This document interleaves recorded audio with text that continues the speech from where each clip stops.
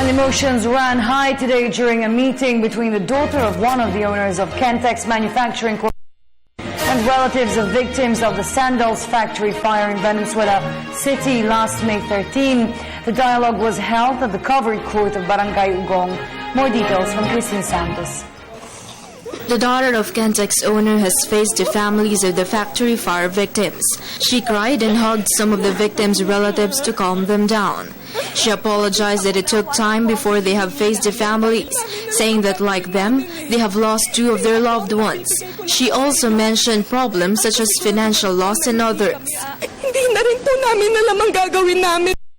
Kaya po ang mabibigay ko lang po sa inyo, ang kasiguraduhan po na hindi kami aalis at tutulungan namin po kayo. Yun lang po, at muli po humihingi talaga ako ng paumanhin at patawad ang pamilya po namin. Mary Chris Tabiosa's husband is one of the fire's victims. After her husband's death, she said going through everyday life has been harder.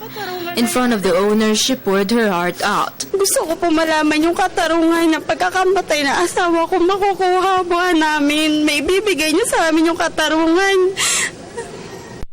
Kamatayo nila. Yung asawa ko, may bibigay niyo sa amin ba yung katarungan na yun?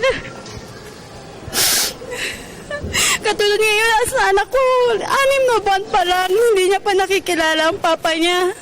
Paano ko ito bubuhayin? Wala ko akong trabaho. Meanwhile, Nancy Reyes has asked the owner to coordinate with authorities to find his brother no matter what it looked like. Ang bangkay.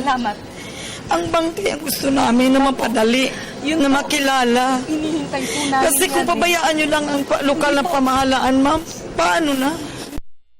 Talang ba yung bangkay na... Hindi po. Hindi namin ano. Iniintay po namin siya. Kahit bangkay, kisunog yun. The owner's daughter conversed with each victim's families and gave them 6,000 pesos and groceries.